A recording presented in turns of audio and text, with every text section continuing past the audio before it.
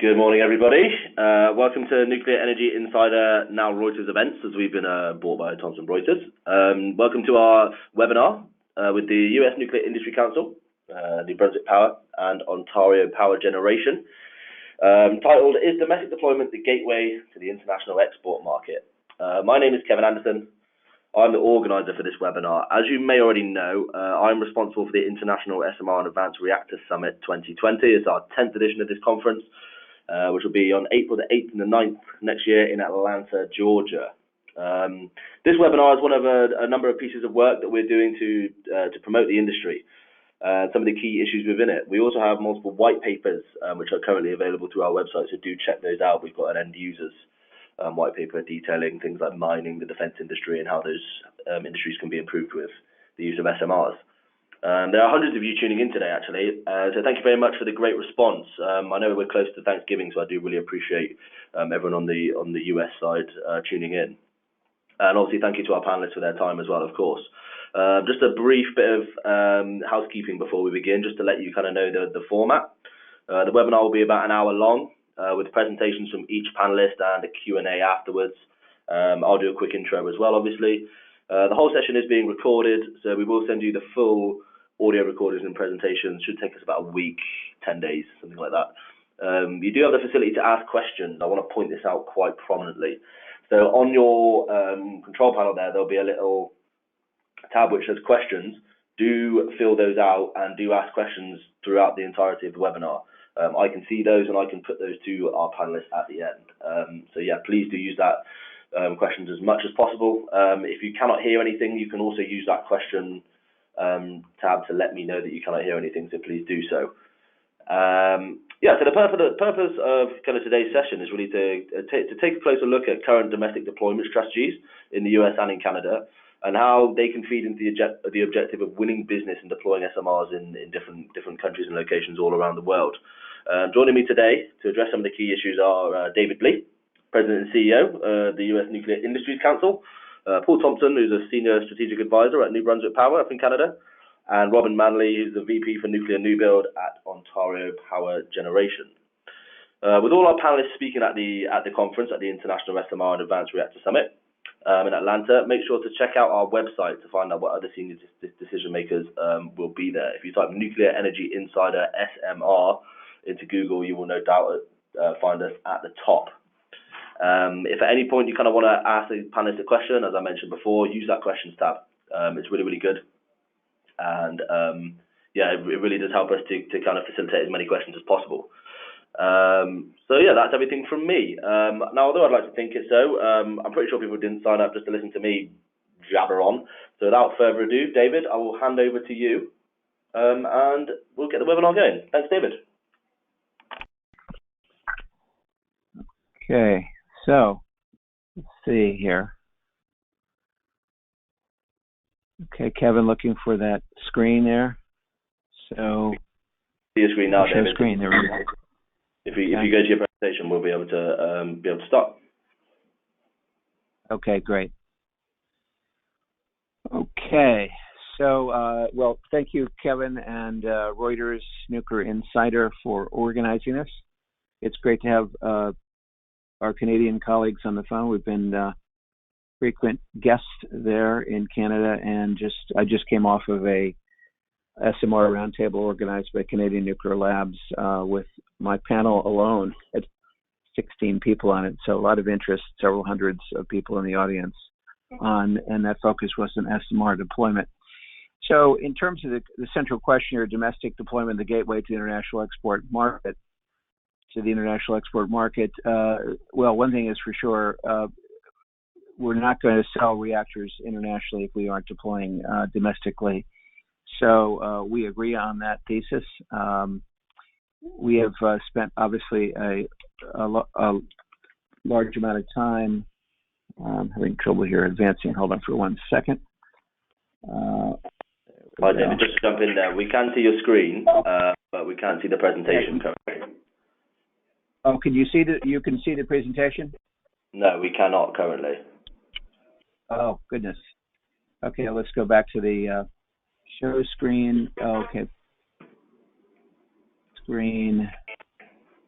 Can you see it now? Nope. Now we can see it. That's good as gold. Cool. Yeah. US NIC in brief. Cool. So yeah, David, over to you. Okay. Well, okay. So we spend quite a bit of time. We're focused on nuclear energy, new nuclear, and the global markets. Don't need to spend much time on that. But in terms of having trouble advancing this thing for some reason. Hold on for a second. So you can still see my screen, right? Yep, correct. Yeah, we can still see the screen there. Okay. Well, hang on for a second. Okay, there we go. For some reason, there is a delay problem here. I don't know why. No problem. Yeah, we can see it. One thing.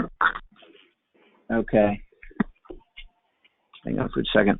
Well, actually, while I work on this, Kevin, why don't we go to one of the other folks? I think I've got some technical problems here on the PowerPoint. You want to go to one of your other colleagues and I'll fix this? No problem, no problem. Tell you what we'll do is, Paul, we'll go over to you as you were next in line anyway. Paul, we'll just jump straight to you and you can do your presentation from there. I'm just going to swap the screen over to you now. Okay, thank you. Okay, can you see my screen now? Yeah, that looks like we can see it fine. Yeah. Okay, very good. Well, thank you very much. It's a pleasure to be on the webinar along with David. And of course, I work very closely with Robin as part of working together on a pan-Canadian approach on SMRs. The question that we had today in front of us is domestic deployment the gateway to international export market? And the short answer is absolutely yes. But I'd like to elaborate first by outlining a little bit about what we're doing in New Brunswick and what the critical ingredients are for international deployment and why what we're doing nicely aligns. So NB Power currently operates a CANDU 6 nuclear reactor at the Point Lepreau site in New Brunswick. The plant went into service in 1983 and it's undergone a life extension and it's currently operating extremely well. The Lepreau site is well characterized and it's large enough to hold a number of additional nuclear units. And as part of our overall long-term energy planning and in recognition of the need to further reduce our greenhouse gas emissions, NB Power started looking at the potential for additional nuclear capacity in New Brunswick at the Point Lepreau site. As we looked into this, started recognizing the advantages of advanced Generation 4 small modular reactors. And through discussions that we had with the New Brunswick provincial government, they invested $10 million into the establishment of a research and development cluster on advanced nuclear reactors here in the province of New Brunswick. And it is through that we attracted two very excellent companies with, we think, outstanding complementary technologies, and that is Arc Nuclear Canada and Moltex Energy Canada, both of which contributed $5 million each into the cluster, matching that which was established by the provincial government.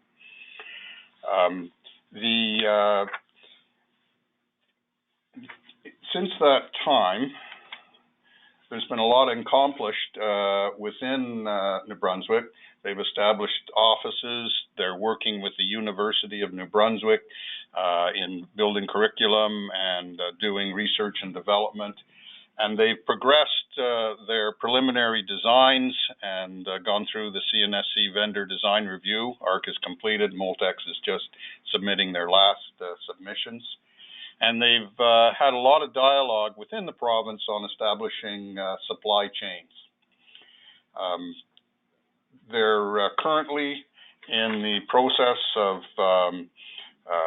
engaging various public and private investors to allow the necessary funds to get into the next phase, which is the preliminary design, R&D, and the CNSC vendor design review phase 2.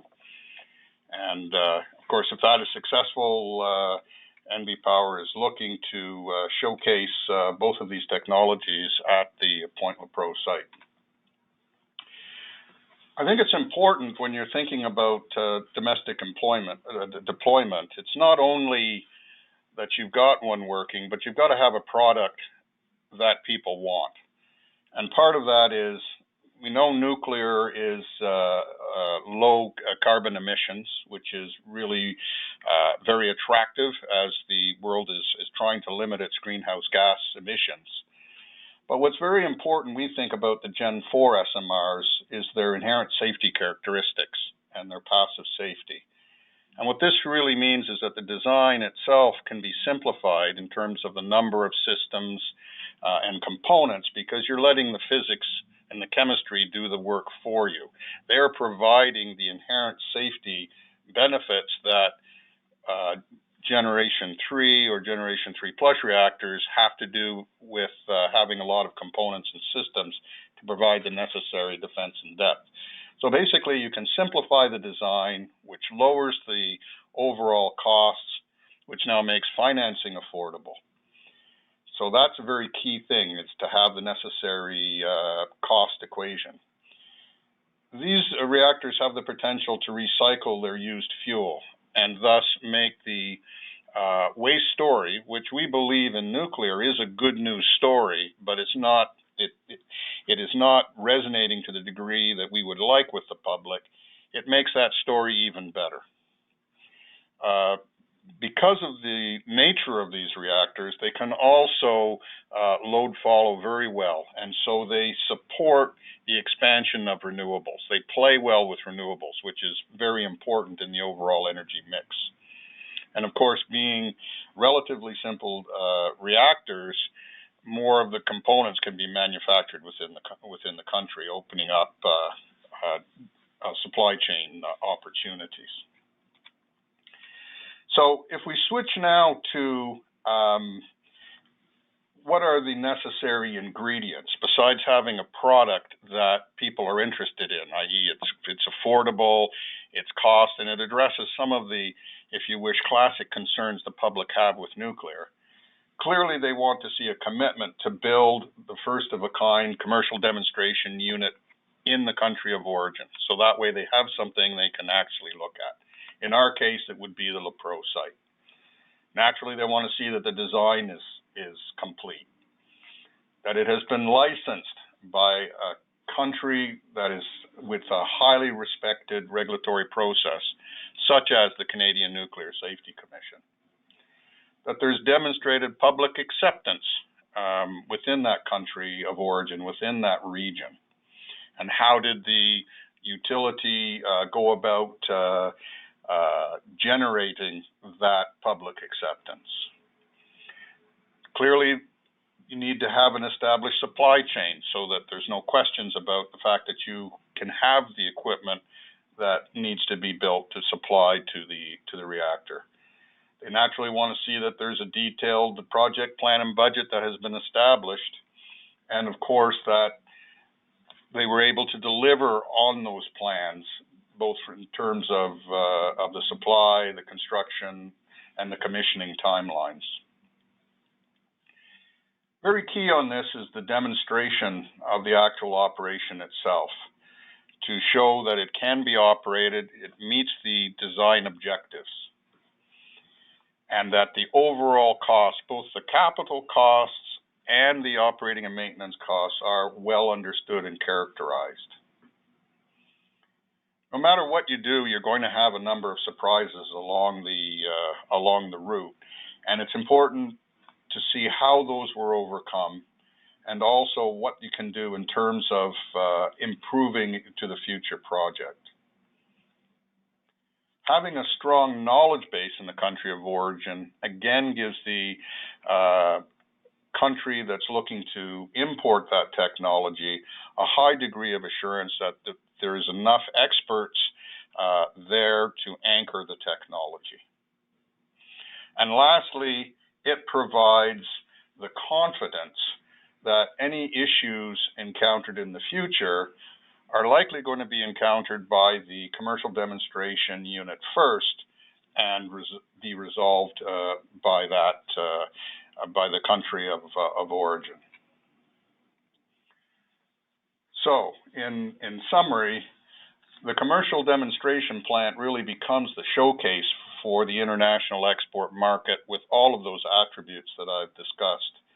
And we personally believe that the activities that we're undertaking in New Brunswick aligns very nicely with those critical attributes that are needed for the gateway for international deployment. Thank you. Brilliant. Thank you very much, Paul. Really appreciate that. Just want to say to the attendees, there's a lot of questions coming in, so Paul, be ready for those later on because there's quite a few. But yeah, it'd be great for you guys keep firing those questions because even if we don't get to answer them now, we can still submit those to the panelists later on.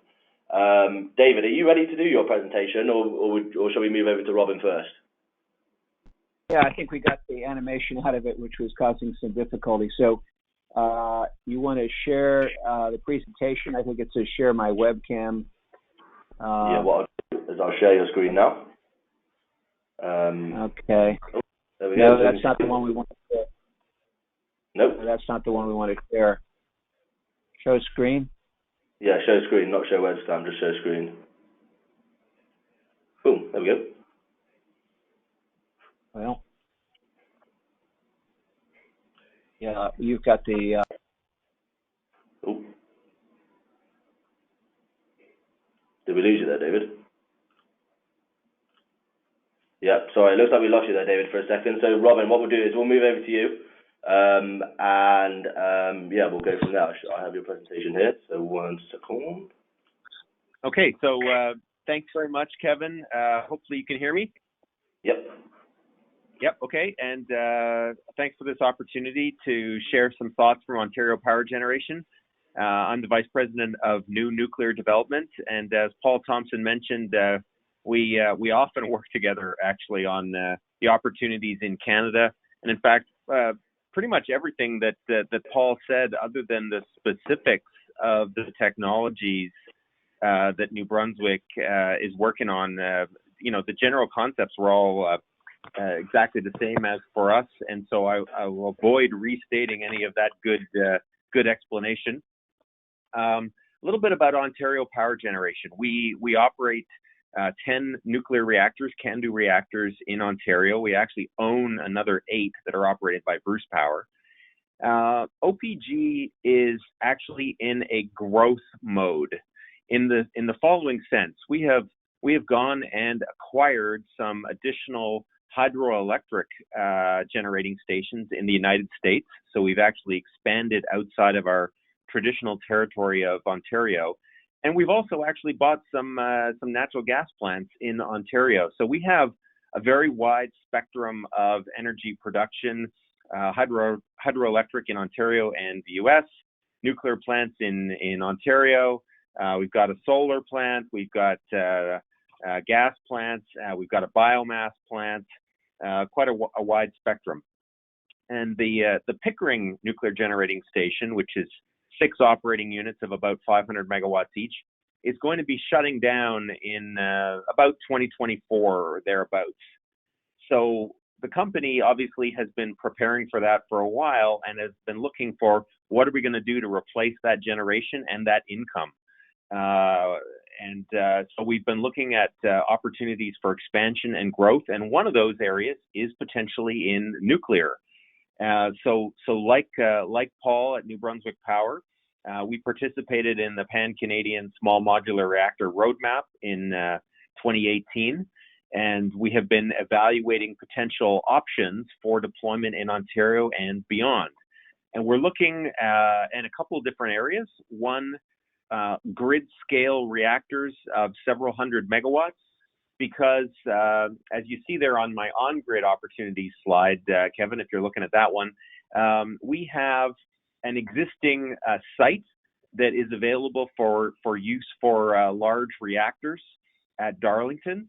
The Darlington New Nuclear Project, we have an approved environmental assessment and the first level of CNSC license, which is called a site preparation license.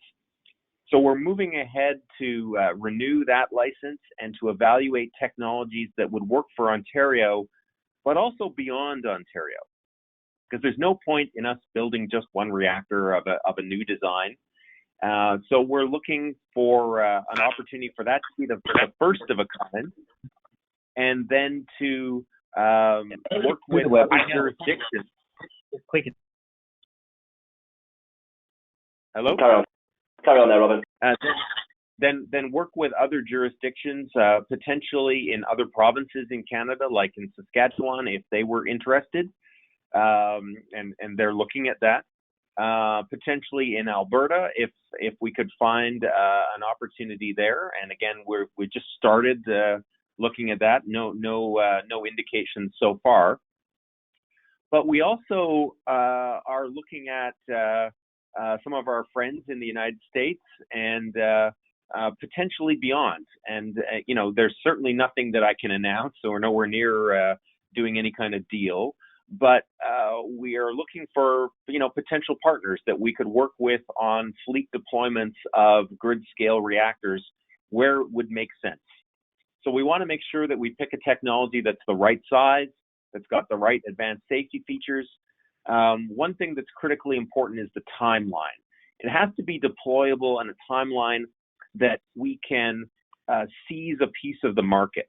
Working with the technology vendors and the supply chain, what market can we get in Ontario and beyond, so as to add value both to the local economy, the company, etc. We don't want to be in a situation where we're just buying a reactor off the shelf. So we do want to go first, or at least go early with the technology. And we're looking at the potential partners for doing that. And secondly, if you move to the off-grid opportunities slide, you can see that we are already working with one vendor for a very small modular reactor. This is Ultra Safe Nuclear Corporation's micro modular reactor, MMR, which is a 15 megawatt thermal, 5 megawatt electric, high temperature gas TRISO fuel reactor, intended mainly for the mining or heavy industry resource extraction communities. Global First Power, which is the project proponent company, has launched a license application for the Chalk River site, working with Canadian Nuclear Labs to obtain access to a site there. We've kicked off an environmental assessment. And again, like Paul was referring to, this is intended as a commercial demonstrator where mining companies or remote communities could come to the plant and could actually see it physically on the ground in operation, the value that it provides, how it works, how safe it is, and working with CNL, Canadian Nuclear Labs, we would like to establish a business model that shows what power you can produce for what price, so that we could actually work with mining companies on business arrangements with them, or potentially with a large remote community. That's not the only very small modular reactor technology that we're interested in. I'm not able to disclose it on the phone here, unfortunately, but we have interests with a couple of others that we've been talking with, and we look forward to seeing if any of those could advance to actual commercial deployment. We're quite hopeful, but it's early days yet. And again, the idea is Canada is a relatively small market, but if we worked with one of those companies to show the deployment in Canada, either at a sort of a more research facility like Canadian Nuclear Labs, or at a mine site or a remote community, the idea is use that first deployment to demonstrate how well it works, and then replicate that in multiple places, not just in Canada, but around the world, where we expect there's a much larger market for the very small modular reactors. I think I'll stop there and just leave more time for questions.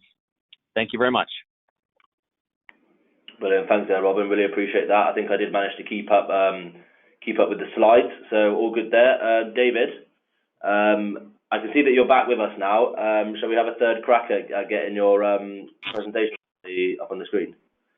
Well, yeah, you've got to put up the right prompt there, Kevin, this time. You have share my webcam, which is not what we want. It's share the presentation. Apologies. Yeah, So what I'm doing is I'm swapping over to you now, and it will just be down to you from now on. Okay, there you go. Yeah, you had the wrong prompt last time. Apologies, okay, we'll see whether this is. So, can you see the screen there this time?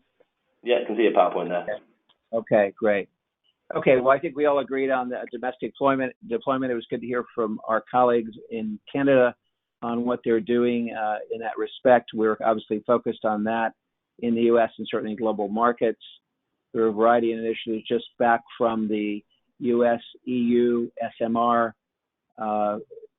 forum with the European Union conclave in Brussels, and back from Africa, where we led a 20-member U.S. delegation there with engagement with 12 countries. One thing we can all agree on is the reason for doing continued domestic deployment is there's a very big need out there in global markets, even under the IAEA low case. 250 gigawatts must be built by 2050. And there are some questions in there on what portion of this would be SMRs, advanced reactors, or could potentially advanced nuclear unlock more demand in the area of hybrid systems. So again, this is basically the IAEA low case. I've seen estimates raising from out to 21,000 reactors in various sizes and shapes. Okay, in terms of the U.S., notwithstanding a fairly flat demand, we're still going to see about a 28% growth through 2040 in demand there. And the real question is, there's a number of scenarios here in terms of the current fleet is really the foundation of, and then how SMRs, Generation 4, advanced nuclear plays into potentially a doubling of U.S. capacity as you go on. So certainly the key is to keep the market share at 20% and grow that.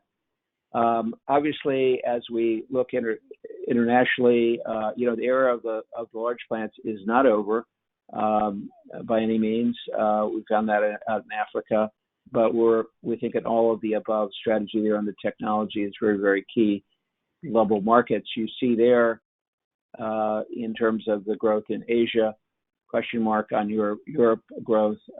We think there will be again growth in the U.S. in terms of particularly as some of the things like carbon and resiliency and baseload are monetized. In terms of here's one estimate from NewScale in terms of the SMR global potential, and maybe rounding up $500 trillion.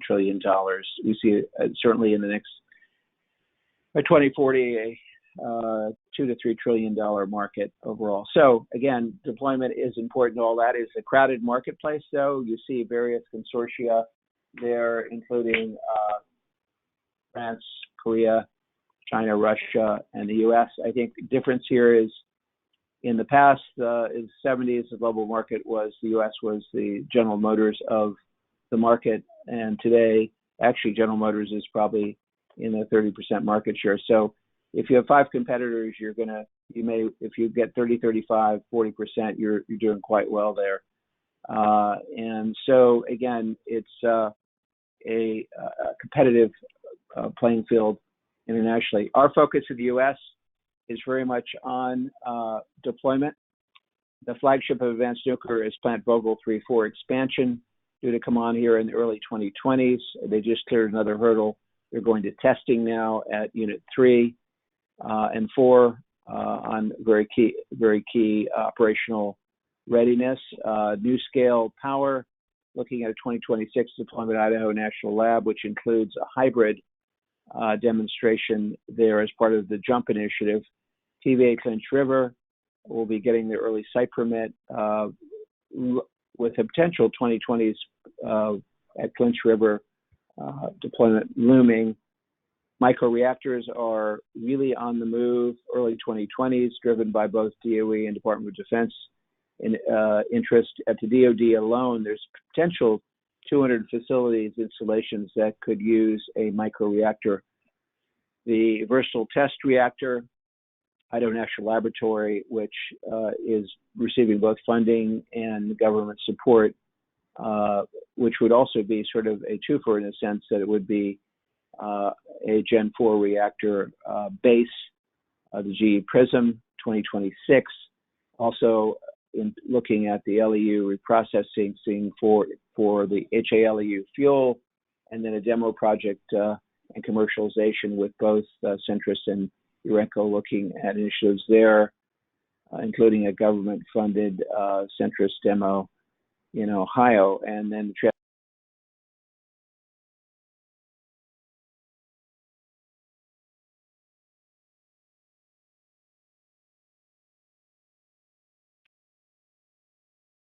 Kevin, can you hear me?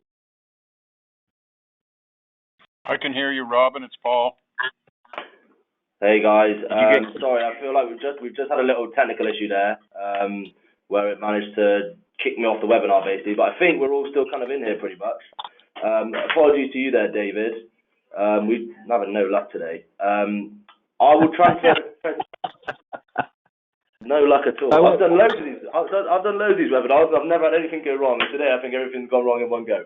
So what we'll do is, David, do you still want to continue with your presentation, and I can hand things back over to you? Yeah, I was just getting to the punchline. So if you can have put on that button about sharing the presentation there. Cool. You've got I'm sharing it over to you now, David. Share screen. There we go. Okay. There we go. There we go. Okay. Well, I'll get down there. Okay, let me get back where I was. I really thought it was a great presentation until you terminated it. Anyway, don't worry. It's not anything on my part. Yeah, I was enjoying it. I just managed to. Don't know what happened there. I think I was trying to just read the questions and make sure all the questions were coming in, and then it booted me off the webinar basically, which is super annoying. Well, anyway, we're in terms of U.S. governmental actions, including there's a lot of supportive actions, enactment of some bills, NECA, NEMA, innovation and modernization, innovation capabilities, a Nuclear Energy Leadership Act, which would allow for deployment and funding there, authorization of funding, NRC transformation and collaboration. This is ongoing with the Canadian Nuclear Safety Commission and the NRC, and also their British companions. Reinforced financing on the way at the new IDCFC, the XM Bank, and then reinvigorated whole of government, White House, reviving, expanding. Obviously, we see in terms of the export markets, in addition to deployment, we see advanced nuclear as a technology game changer in many respects. In terms of, I think our previous panelists have talked about that. In terms of the market building blocks, no rocket science here, but you have first of a kind issues that need to be considered. I don't think we've totally broken the code anywhere in the world on first of a kind, and that's going to be something that needs to be watched very carefully, particularly on some of the first SMR advanced nuclear deployments. The whole issue of delivery factory assembly is something we're looking also very closely at in terms of the best model for delivery factory assembly. Related to that is, if in global markets, is localization. The best way to, we spent some time thinking about how we can help countries leverage their development of their supply chain. We think that's a strength, particularly for the North American supply chain, and in the UK, of course. Deployment, we already talked about that. And then another thing is really cost. Let's not forget about nth of a kind, the potential there if we're doing serial production. Obviously, teaming, collaborative engagement, you see a lot of that on the governmental side and now on the industry side. You're seeing that in the back end of the fuel cycle, where decommissioning teams have formed on a global scale. Quality goes without saying. Operational safety track record, we happen to have a very good one, but you're only as good as your last day. And then In the U.S., the question is whether we will continue to be the U.S. nuclear capital of the world. We intend to keep it that way. However, there is room for others, as you saw. It is a crowded market field. But we need to maintain our own market leadership here against a very competitive market in the U.S. led by natural gas, in particular here. So that is a domestic challenge as well in terms of even maintaining our 20%. But we're bullish on that. So again, in summary, U.S. nuclear is on the move with an eye to global markets. The initiatives include extension of the current fleet, deployment of new nuclear, maintaining a technology edge via advanced nuclear, government funding, first mover deployment, licensing, modernization, collaboration, implementing a back-end path forward, building global market engagement, supply chain revitalization, and the maintaining our world-class operational excellence and safety. So 2020's deployment is critical to the next wave of nuclear energy, certainly our continued engagement in global markets. So there we go. Brilliant. Thanks very much, David. Do really very much appreciate that. Yeah, great to hear things from the US side as well as from north of the border in Canada as well. So I think we'll move on to the questions now. I'm not sure if we have Robin on the line. We do not, unfortunately. But I'm here. I think Robin. Oh, Kevin, good as gold. Hey, yeah. So, Robin, can you hear me? Yes. Brilliant. Okay, cool. So, apologies I want to apologise to everyone about the technical issues there. Like I said to David, I've done plenty of webinars and never had a technical issue before, and then now all of a sudden they seem to all have come in bunches, which obviously makes things nice and easy. However, if you can all still keep asking your questions, as it's important for us to be able to see them again, as we did lose them, unfortunately. However, guys, one of the first questions, was to Robin and Paul, actually. So Robin and Paul, obviously, one of the questions has come in and it said, does it make sense for kind of OPG and New Brunswick Power to cooperate in order to move forward and try and get SMRs deployed domestically? Yes. Okay. Good.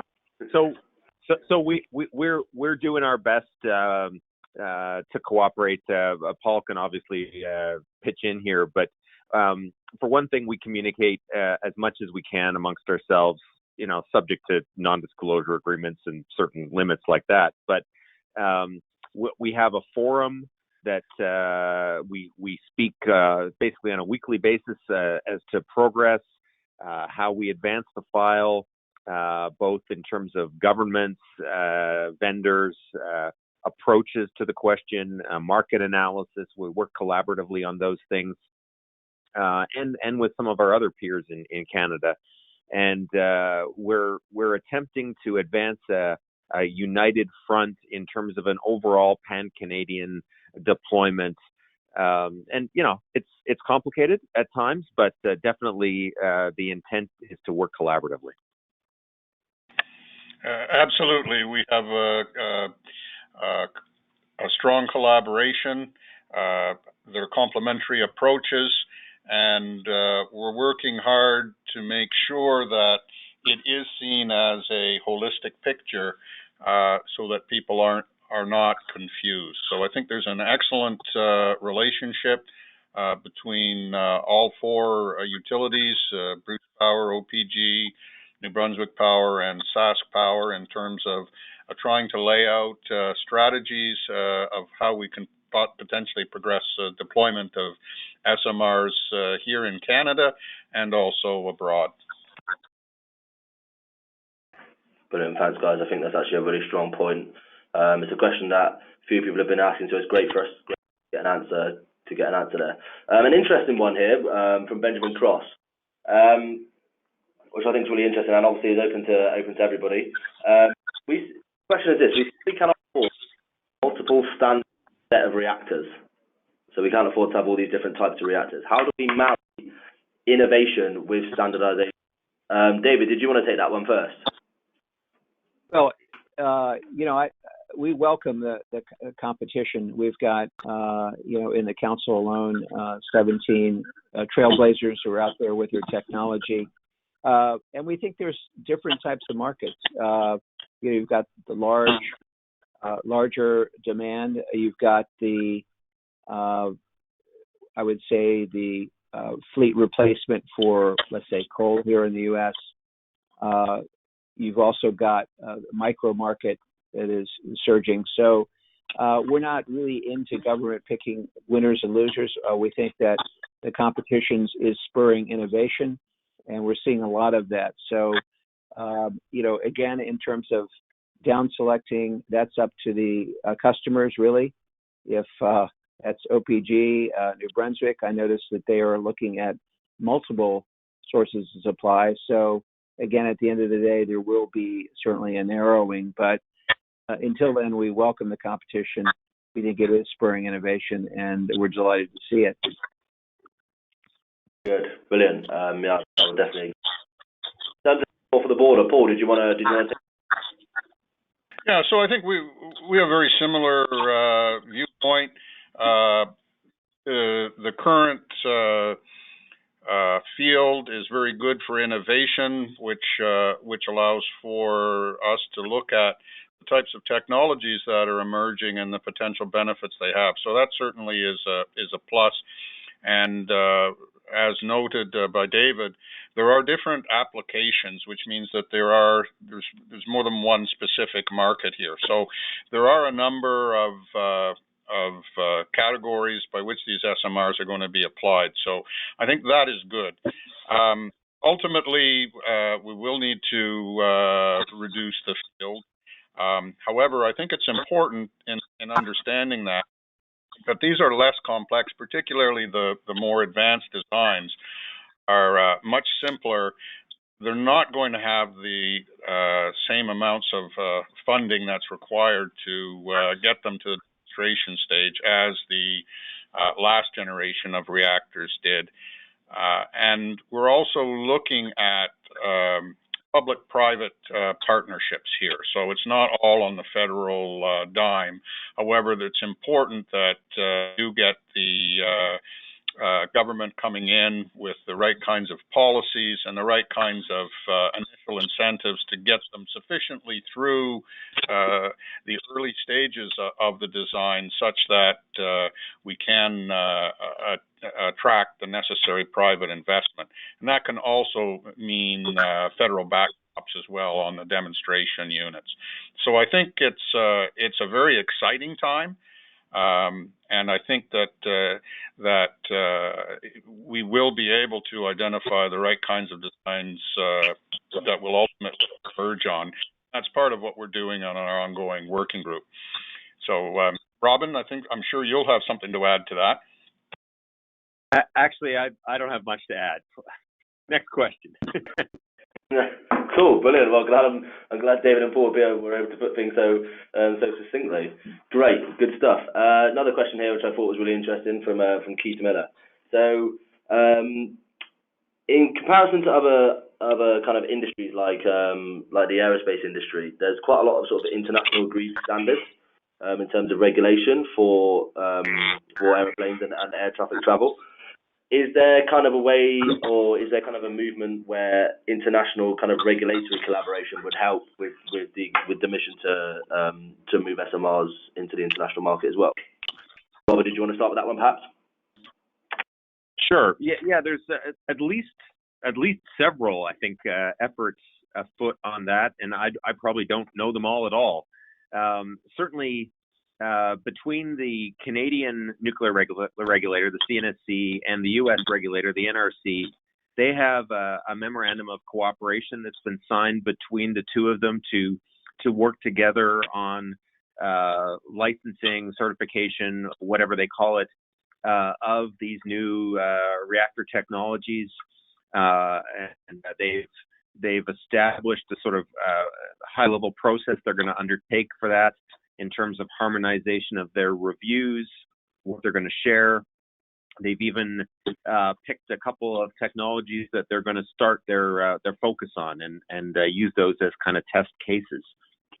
I believe that the World Nuclear Association, Cordell, WNA Cordell, is making some efforts around harmonization of regulatory requirements. In Canada, the Can Do Owners Group, COG, we've asked them to work on that with international bodies that are like-minded around not just piling one set of requirements on top of another, because that would be the worst case scenario. What you don't want to do is take requirements in one country and add them to another. That total disaster if that happens. So, keep that perspective in mind. And also at the International Atomic Energy Agency level, there's some work going on around harmonization, but I certainly don't know the details of that. Maybe others can add on.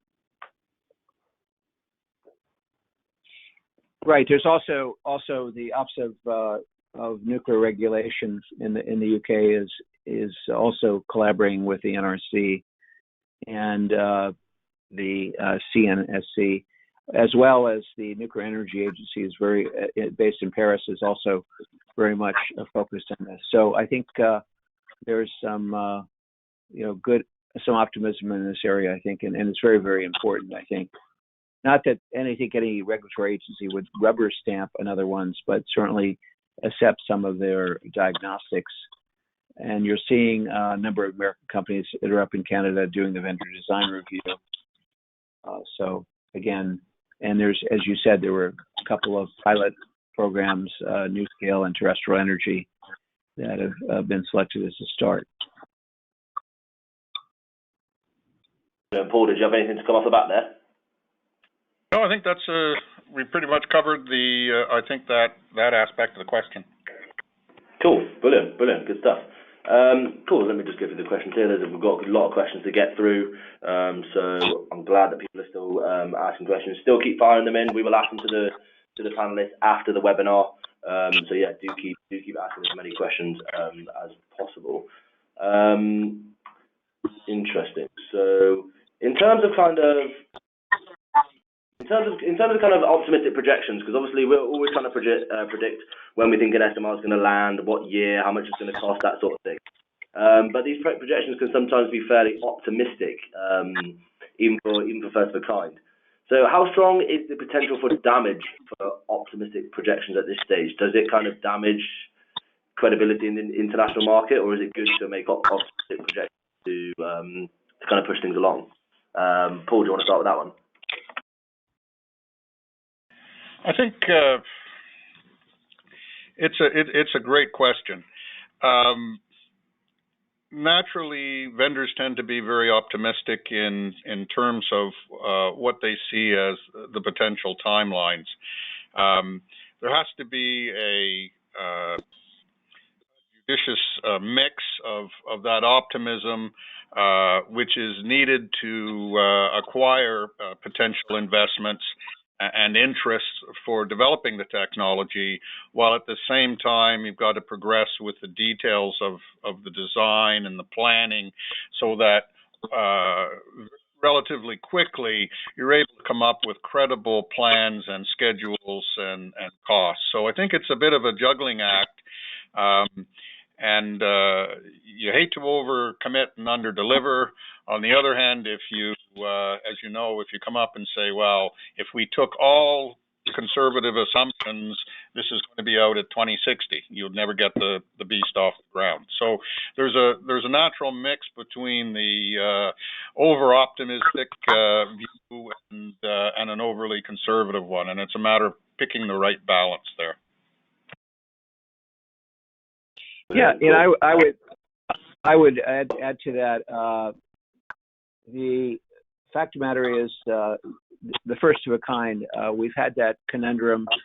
It's a global conundrum in terms of first of a kind deployment.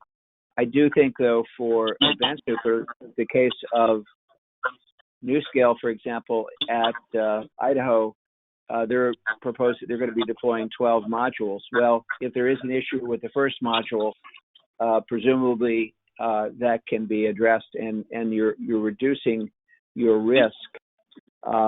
It's not it's not one point of failure. Hopefully you're not going to have 12, but I don't think you get past the first one if there was. So I think you learn a lot through the you're actually deploying 1/12 of the reactor there in terms of the modules. So I think that is a bit of a game changer. Hopefully, it will reduce the risk of first of a kind, but it isn't just deployment. But I don't think failure is really an option. I think a lot of these SMRs are evolutionary light water reactor. I think that we know a lot about that, and we also know a lot about some of these other technologies, whether HTGR or fast reactors or molten salt that are being deployed. Robin, did you have anything to come on the back there? Yeah, just a couple points. So, none of us have built a new reactor in a while. However, OPG has significant experience with large mega nuclear projects. We have a 12.8 billion Canadian, $12.8 billion refurbishment project going on at Darlington right now, where we had to obtain investor confidence, investor in the sense of our shareholder. Our shareholder is the province of Ontario, speaking on behalf of the members of the public. And we had to go through a public electricity rate hearing process where we had to demonstrate to the regulator that we could do this project on schedule and on budget in order to have confidence in electricity rates and the confidence of the shareholder. So that took extensive amount of planning and very detailed work in terms of the schedule, who all of our suppliers and vendors were, the milestones, all of the different interconnects between the different pieces of work that had to be done on the reactor and the balance of plants. We had to have that all down to a level of granularity where we had very high confidence in the cost and in the schedule so that we could get approval to go ahead in a stage-gated approach. And to date, we are on budget and we're within our overall schedule for the work. So, you have to demonstrate that you can do it, and we are somewhat relying on our success in refurbishment as evidence to investors and people watching the nuclear industry that the nuclear industry can, in the Western world, do a major project where we are completely rebuilding the reactor. It's basically as big a job as building it from scratch. And we're doing that 4 times in a row. Bruce Power is going to be doing the same thing up at their facility. They're doing it 6 times. And so in Ontario, the operators of the plants believe we can deliver these nuclear mega projects on schedule and on budget. And by doing that, earn the trust by proving it. That we can build a new reactor on schedule and on budget. Brilliant. Thanks very much, guys. Really appreciate that. The questions are coming thick and fast, and we'll keep them going. Normally, we'd have to stop a little bit earlier. However, due to the webinar ending and restarting, we've actually kind of reset, so we do have time for questions, which is always good. So there's a silver lining there. Good. So we're kind of following up on the international regulatory regime question from Peter Wolf. Basically, in terms of kind of exporting technology, will other countries elsewhere set US safety standards so there can be kind of North American deployment in other countries? So I guess kind of what we're saying here is there quite a lot of similarity between North America and that kind of triple cooperation we were talking about between Canada, the US, and would those standards be fairly similar around the world, or is there quite a lot of regulatory barriers that take quite a lot to sort out? So, sorry, your question was sorry, breaking David. up a bit. David, shall we start with you? I'm sorry. Who do you want to start with? David, we'll start with you, and then we'll go to Paul. Okay. Yeah, I think that what you see is in some of these newcomer countries, they may have some small regulatory authority that's looking at radiation standards and that sort of thing, but it's to be determined. Clearly, they see both the Canadian and the U.S. Regulatory regimes having had very successful safety track records and there is certainly as what some call the gold standard in regulation. So I think I was with a country in Central Europe where they're looking at simply basically one for one implementing the NRC regulations and then regulating to that standard. So I think it is a big advantage that you have two really top drawer regulatory authorities in North America that are respected worldwide and have been also collaborating internationally with newcomer and with also countries that are looking to upgrade their fleet in some manner. So I think that's a good starting point for the North American supply chain in terms of the operational and safety track record.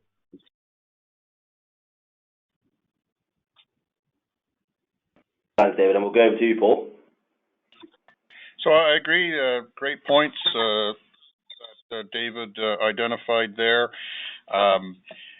Clearly, the IAEA has a lot of very high-level policies, goals, and standards, and many of the Canadian process really is aligned quite closely to the IAEA, which allows a fair amount of transportability at the higher level. In many cases, getting down into the more detailed codes, in many cases those are going to have to be either developed or refined anyways, depending upon the specific technology. The further away from the water-based technology, then specific standards are going to have to be generated anyways. We've seen very good alignment between mapping of many of the Canadian requirements to the U.S., and so it really is a matter of, I believe, ultimately showing how the requirements in a given country map into the design.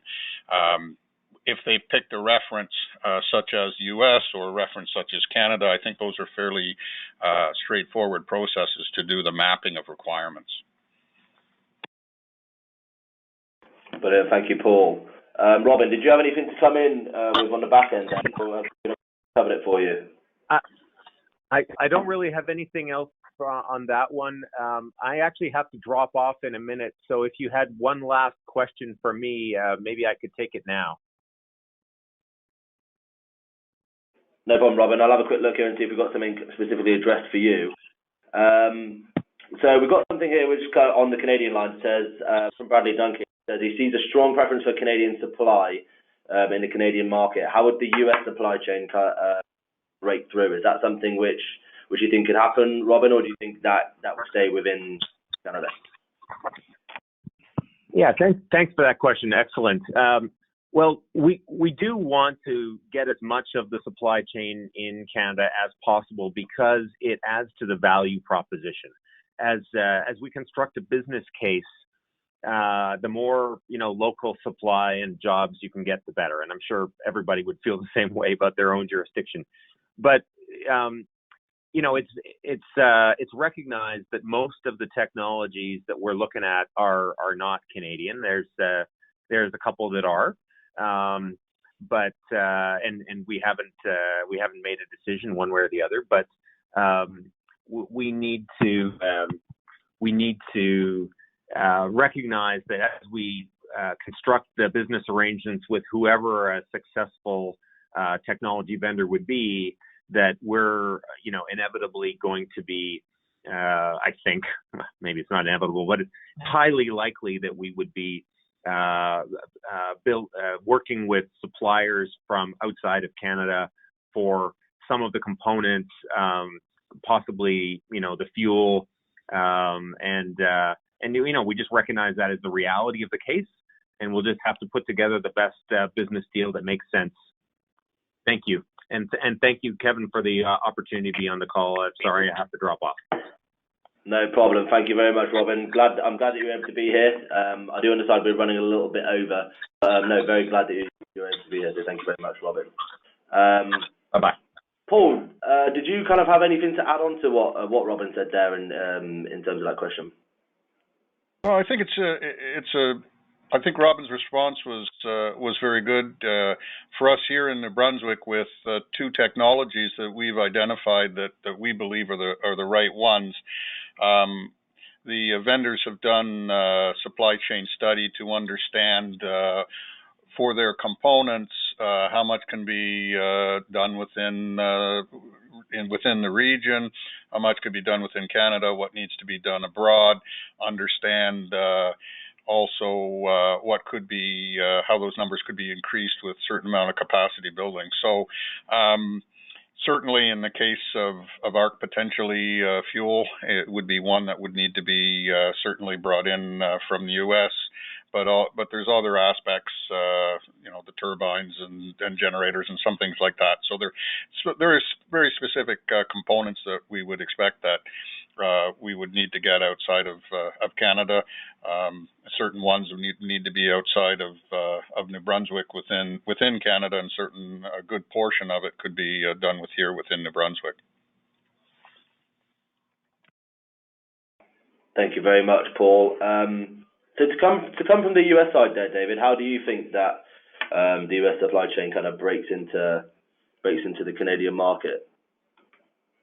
Well, I think you heard from our Canadian speakers. I think that speaks for itself. But I think, as you said, we have a particular.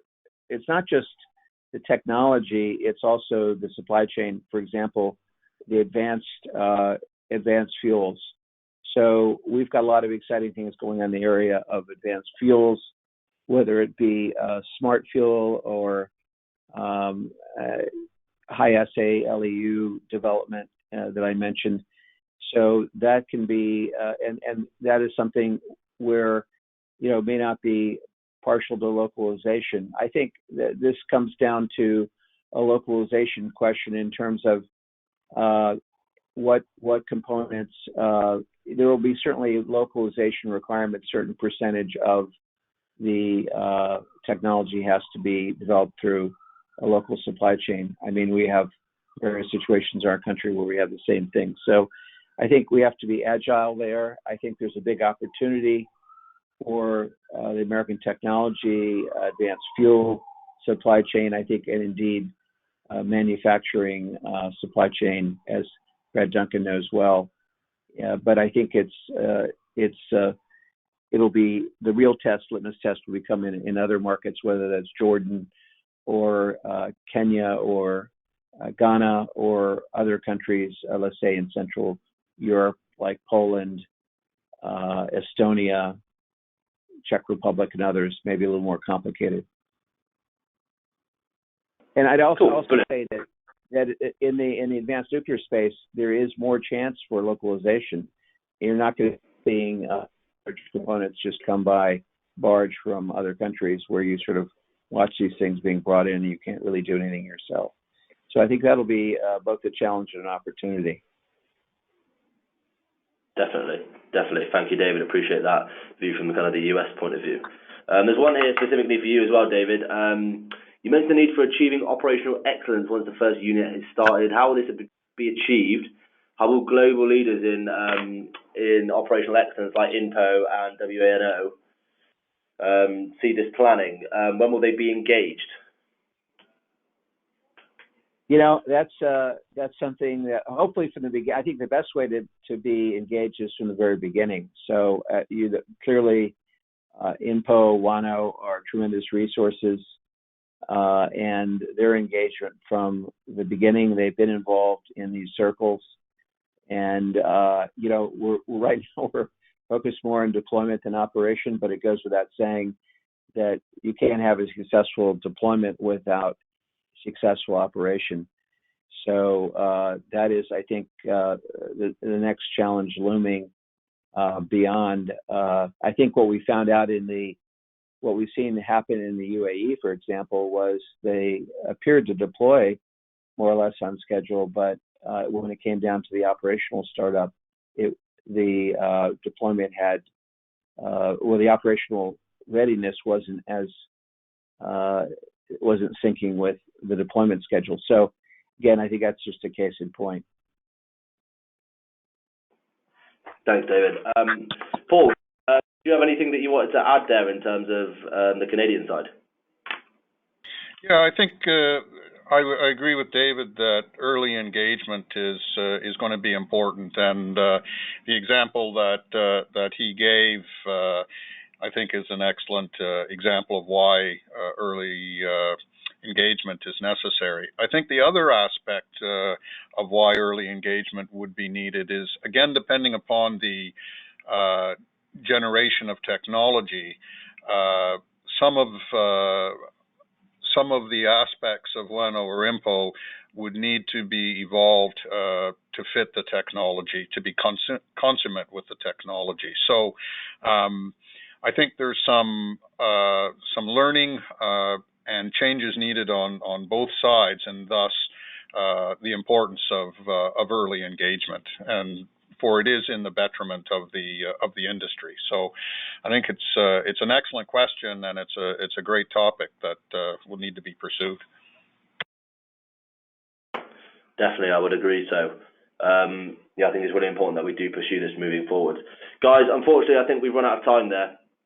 I think we're going to have to end the webinar there, but I think everyone would agree that we've actually had a pretty successful webinar. Obviously, technically, there's going to be some improvements that need to happen, but you know, what's a webinar without a few technical hitches?